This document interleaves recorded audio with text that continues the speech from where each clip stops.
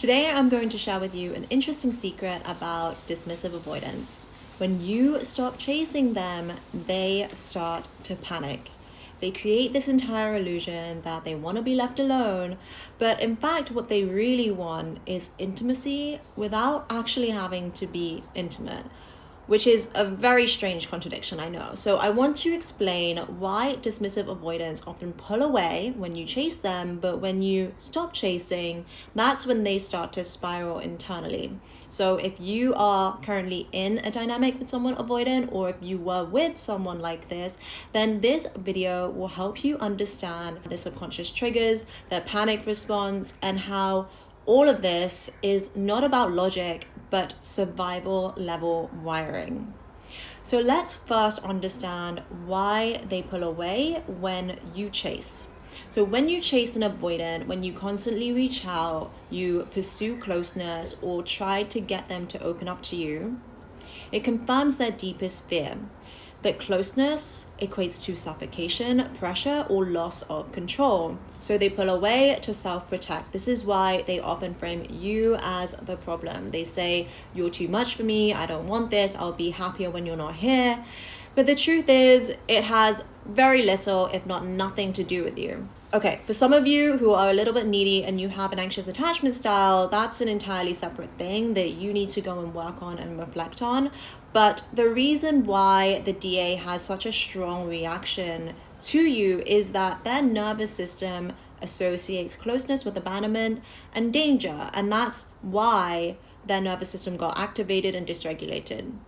The truth is, DAs secretly like it when you chase them, because then they get the best of both worlds. They get to be desired and wanted, but they also get to have control by controlling how much intimacy and contact they have with you, all on their terms. And this is their comfort zone. They want to have you there, but at just enough of a distance where they don't have to feel triggered.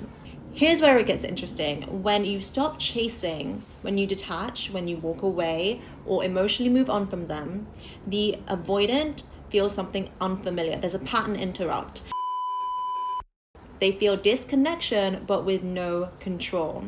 Dismissive avoidants only like having emotional distance on their terms, but when that distance becomes your choice, not theirs, they feel helpless, and it touches on their core fear of abandonment.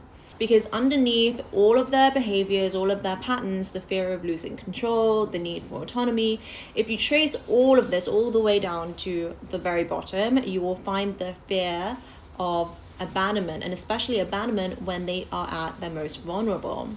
The reason why they pride themselves so much on their career achievements and why they need to be successful is to protect themselves from ever being helpless again. They never want to revisit the feeling they had as a baby or as a little kid where they were abandoned when they were helpless and vulnerable and they couldn't do anything about it. So even if they don't show it outwardly, many avoidants start to panic internally when they think that you're leaving them. I'll give you an example from my life. There was one time where I broke up with my avoidant ex, and he told me that the next day he went to work and almost cried in front of all of the execs in a meeting.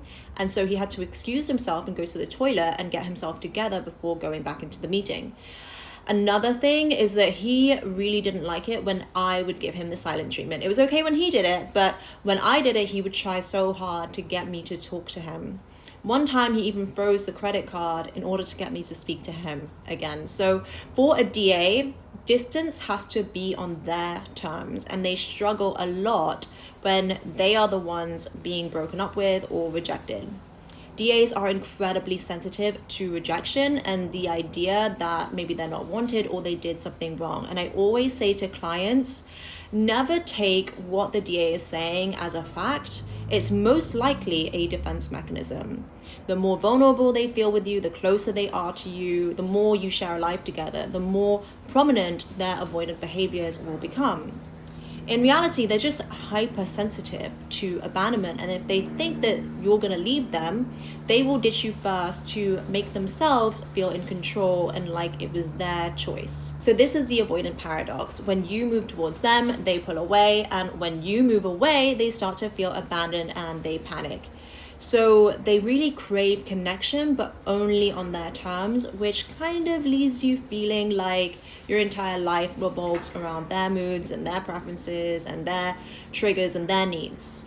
So if you have ever been in a relationship with an avoidant, then the key is to rewire your tendency to overfunction.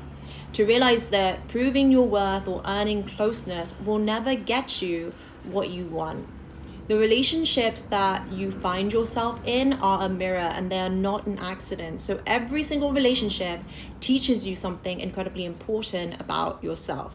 So learn about your own attachment style, tend to the parts of you that was entertaining this dynamic, and do the work that you need to do to ensure that you don't attract someone like this again. So I really hope that you enjoyed this video and it demystified some of the things that you have been wondering. If you did enjoy it, please subscribe and join the Relove family. If you're having trouble with your relationship or you need help healing your attachment style and you want to work with me one-on-one, I will leave the link to book a session down below. As always, you can shop our affirmation apparel on our website. It really helps to support the channel. Thank you so much for watching and being here, and I will catch you next time.